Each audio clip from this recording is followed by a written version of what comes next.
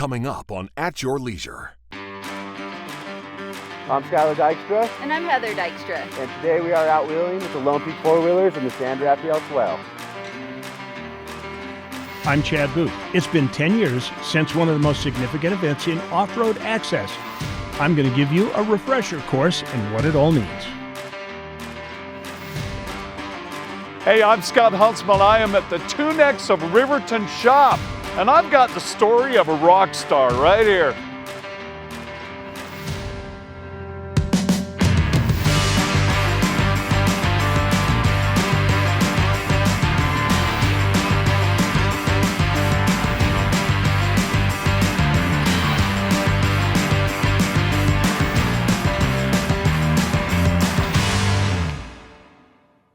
Welcome to At Your Leisure. I'm Skylar Dykstra. And I'm Heather Dykstra. Today we met up with the Lone Peak four-wheelers in Farron, Utah, and we are exploring the Swell. Yeah, it's a beautiful day out here, you guys. We love Jeeping in general, and you can most often find us with Dirty Adventure Crew, but we never miss an opportunity to wheel with Lone Peak four-wheelers. It's an amazing group of people. We're excited to have so much fun out on trail today, and the weather is beautiful. Couldn't ask for a better group to be out here with.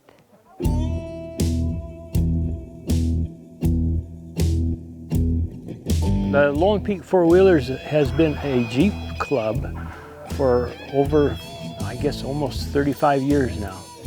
And I joined them way back because we used to go out by ourselves, discovering that that was a very dangerous thing to do.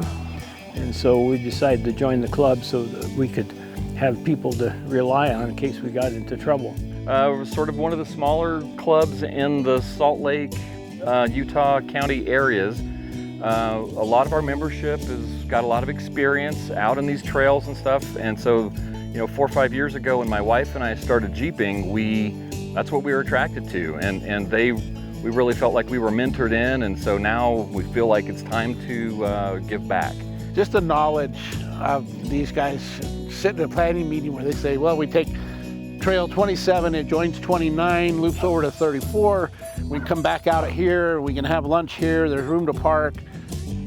The knowledge that comes from all these years of these guys doing these trails is astounding. To be out with a group where if you have an issue with your Jeep, you know you're not by yourself, you're not going to get stranded, and there's somebody who knows that you're there and can get you back home. We have little kids that are out here seeing all this stuff for the first time. They're learning the history. Hopefully they'll bring their kids here. Lone Peak Four-Wheelers is a great place to to learn. It's a great place to be out all over the state, and it's a great place to really hone some skills. Lone Peak Four-Wheelers community page is on Facebook, so just check us out on Facebook, Lone Peak 4 Wheelers. We have monthly meetings, and then we have monthly trail rides that we go on following that monthly meeting.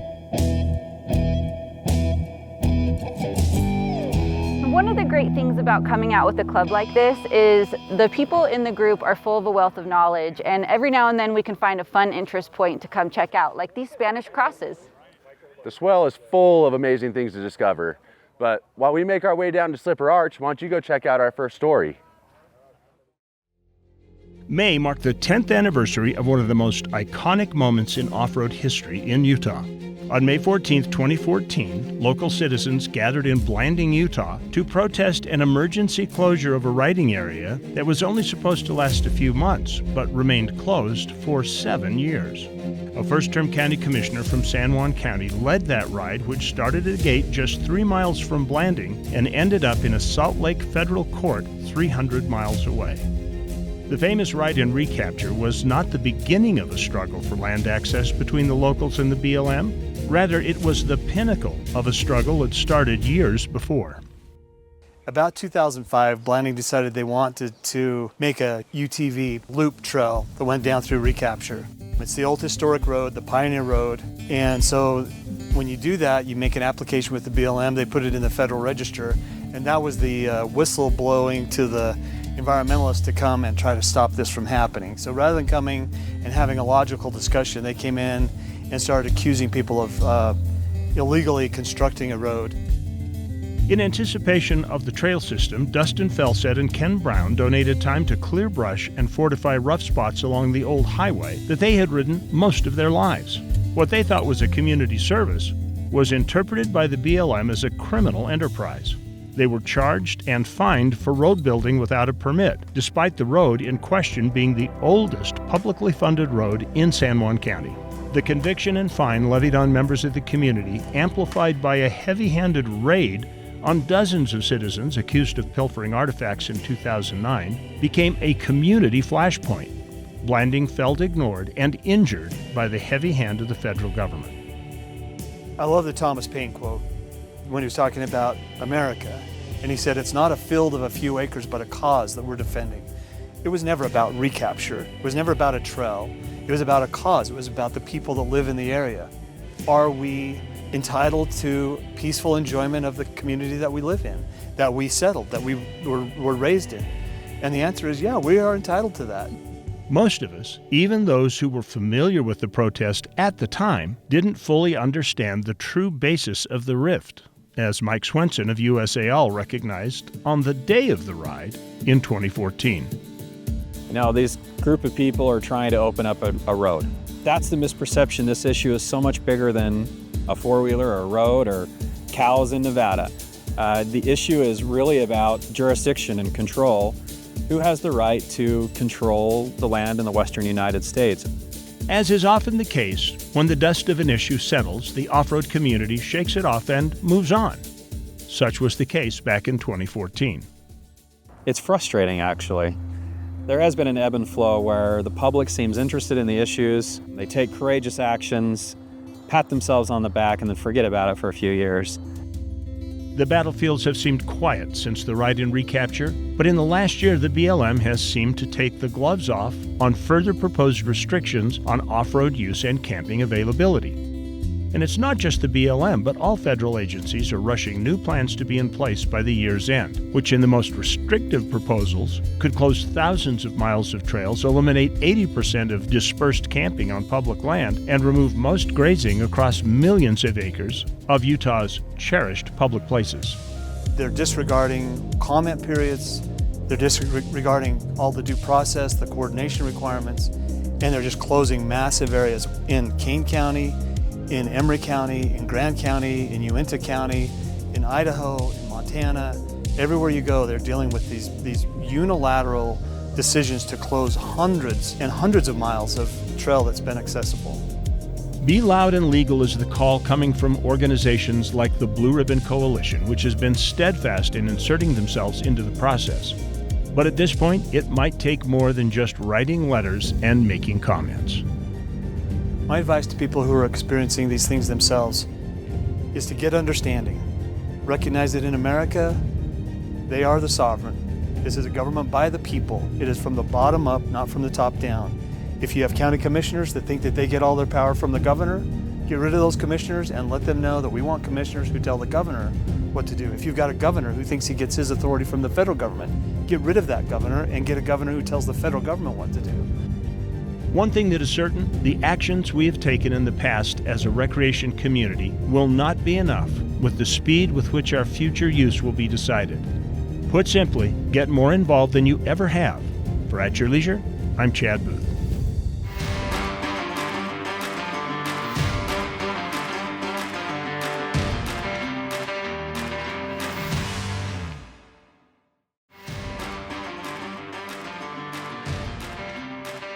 Welcome back to At Your Leisure. I'm Skylar. And I'm Heather. We are out in the San Rafael Swell. We are at the Slipper Arch right now. Absolutely. San Rafael Swell is so beautiful, you guys. If you haven't had a chance to come out here, it's definitely worth the drive. I like to say, I always tease him, it's like another world out here. It's every corner you come around, there's a different terrain, something different to look at. It's so many beautiful sights to see. I totally agree. There's so many things to see out here. It is amazing and worth coming.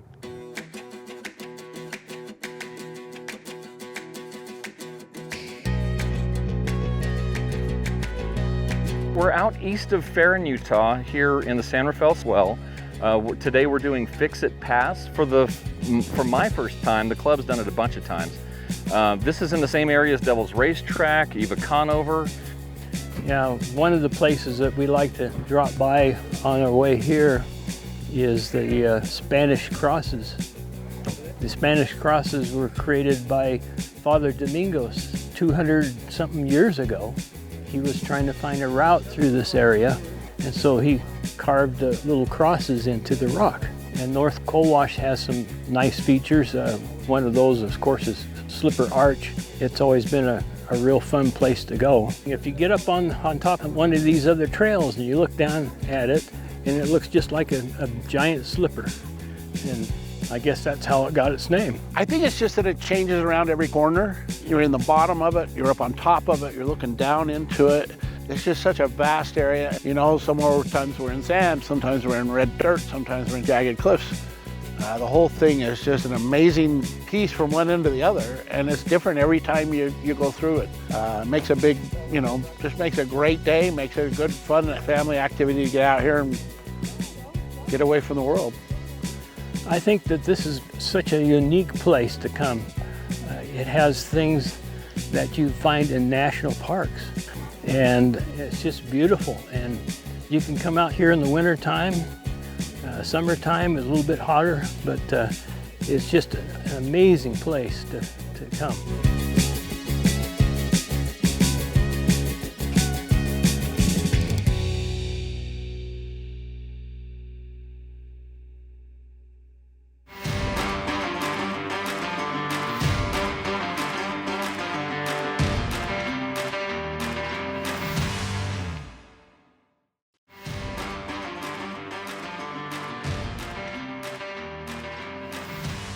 Welcome back to At Your Leisure. We made it to Fix It Pass. That we did. What do you think? I saw you struggling there a little bit coming up that. Okay, well, I was just showing you the way. I want to make it simple for you. Oh yeah, you usually do, huh? All right, guys, we're having a great time out here, and we want to keep having a great time. So for those of you who don't know, there's a lot going on with plans to try to restrict access to these areas, and we don't want that to happen. So how you can get involved is get educated on what BLM's plans are for these areas, use these areas, and when you do, submit comments and photos letting them know how much you enjoy it, what it means to your family, so that we can continue enjoying this for years to come. No matter what vehicle you use or how you recreate outdoors, we are all part of the same family. It is time for off-roaders to unite for this fight. Absolutely.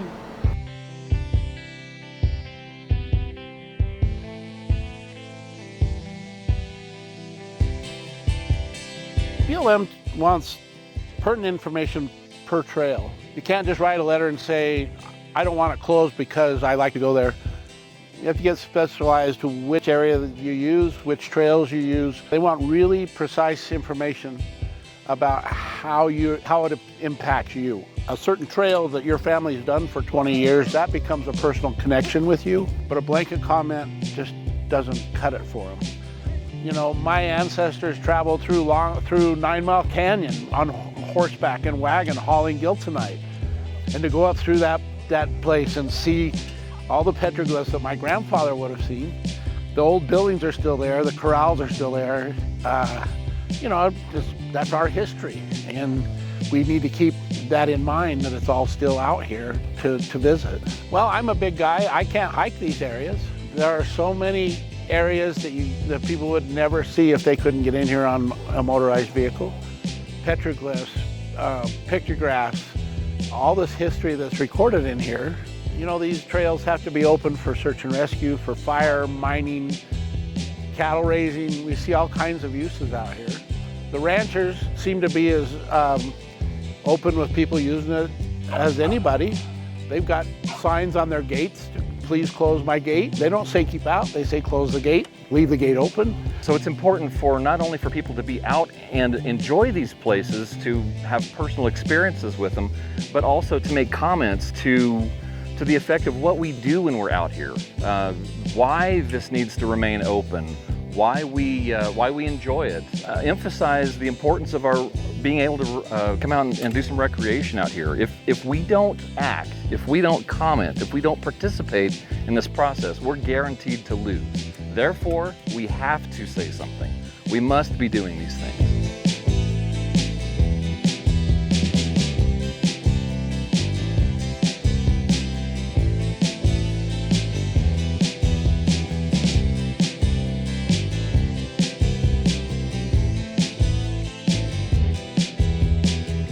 While recreating out on trail responsibly is one of the best things you can do to help keep these areas open. The BLM has an open comment period going right now regarding potential closure of the San Rafael Swell area. So what you guys can do to help prevent that is go to this website, submit a substantial comment explaining why the area is important to you. So if you've ever been out here, it's important to you and your family, get on there, share your story, share the why, so we can help keep these areas open. Now, if you don't know what a substantial comment is or how to submit one, you can go to this website for an easy how-to to ensure your voice is heard. In the meantime, let's check out this next story.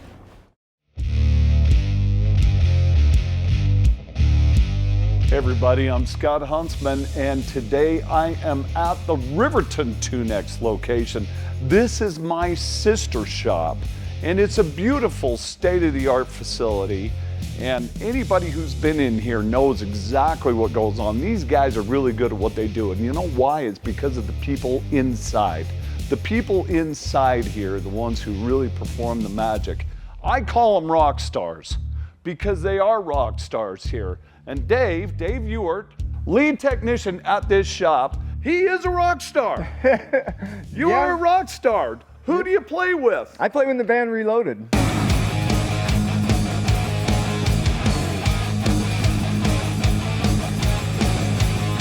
Totally awesome. And what do you play? I'm a guitar player.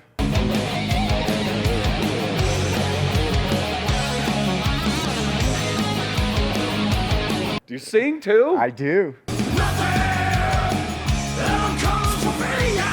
Singer and a guitar player. Singer and a guitar player. And if I'm not mistaken, 40-year plus automotive technician. Yes. Right? Started in the 70s. This isn't your first rodeo. No, I'm almost 64. The so 70s. I've been doing it a long time, so I'm good at it. So, you know, you like me, we've seen this whole evolution of the automobile from a carburetor all the way to what we have now. Sure. You know? Sure. Absolutely crazy. Well, this guy is a rock star. He's got quite a loyal following of customers, and I think it's super cool. And today, what he's working on, and I think you're really helping a customer out here, 2018 Jeep Cherokee, got the newest and the latest of refrigerant. 1234YF is a refrigerant that goes into this. Now, all the Tunex automotive centers have the ability to repair these vehicles, but this is kind of a unique case, Dave. Yes. Tell me a little bit about it. This vehicle came in with no air conditioning. We check all the basic stuff first, starting with the AC belt, the hoses, and refrigerant level. There's a lot of things in these newer cars that can cause the air conditioner system not to work. So not only will we use an AC service machine if the car does need a refrigerant refill, but we also use scan tools, up-to-date scan tools, that allow us to go in and access the computer that will look at all the parameters of what the HVAC or the air conditioning and heating system are doing at any certain point. This particular car and this particular customer, as with a lot of customers, have been told that the AC compressor could be bad, which is probably a $1,500 repair. I went in and checked that and found that all those systems were working correctly, but this little $40 part, which is called an ambient air temperature sensor, is the cause of the problem. The dash would sometimes read that the outside air temperature was incorrect. When I put an advanced scan tool into the car, I could see it was reading minus 35 degrees outside on a 70-degree day. That's going to cause the air conditioning system to not work. At minus 35 degrees, you don't need an air conditioner. So the computer will not allow the system to turn on. So it was as simple as a $40 part, which is very easy to install. It just sits up here in the grill area, and that takes care of its problem. And the refrigerant on these newer cars is extremely expensive. So for your cost that you would go to a parts house to try and buy a do-it-yourself kit, you could actually pay for a technician to diagnose it and be money ahead. One thing that also gets overlooked on these newer cars a lot in air conditioning systems is the cabin air filters. Those are extremely important. They're just like in your house, same idea with your furnace filter. It's like a furnace filter at home. Furnace filter for your car. So we are always checking those filters to make sure they're clear and unrestricted so that the system can perform to the maximum limit. Good inspections, good diagnosis. You've got state-of-the-art equipment here at your fingertips, and all the technicians here at the Riverton Tunex all very well trained, but Dave, you're kind of leader. Yeah. You're like the leader of the band. I didn't choose to be, but you know, the guys kind of look for me for help and guidance when I give it when I need it. Yes. But we have some amazing technicians that work here, so anyone that ends up with their car in here can feel like their car is going to be in good hands no matter who's looking at it. He's the rock star. He's the rock star with the guitar. He's the rock star under the hood. Your best friend when it comes to your automotive service, so this is the place you want to go. Hey everybody, stay tuned because there is more at your leisure coming up.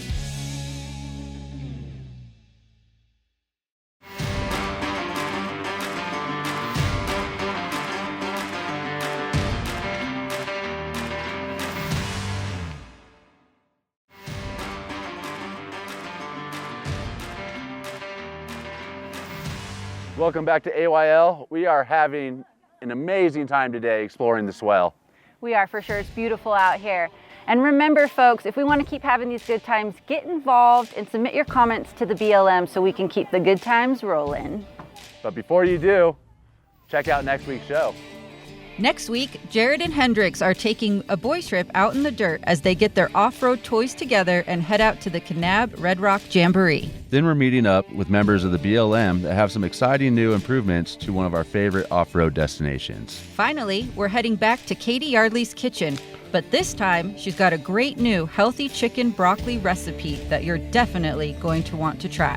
Now let's take a look at our calendar of events. First up, June 26th through the 28th, it's the longest running UTV event in America, the National ATV UTV Jamboree in Millard County. Go to visit millardcounty.com to register and find more information. Then July 9th and 10th is the summer ride for Manti Mountain ATV Run, which is a great way to get out and experience some guided rides on the European Trail System. Be sure to visit mantiatrun.com for more information. And don't forget to visit our events page at ayltv.com to stay up to date on all the great jamborees, off-road, and outdoor events that will be happening throughout the year. We had a great day today out here with Lone Peak four-wheelers and the San Rafael Swell. One thing you guys can do though, you need to get out on the trails. As you know, we are in the battle to lose these trails, so we need you to get out, travel the trails, and stay in touch with what BLM is doing with it. Absolutely. And remember, there's adventure around every corner. All you gotta do is get out and find your own. At your leisure.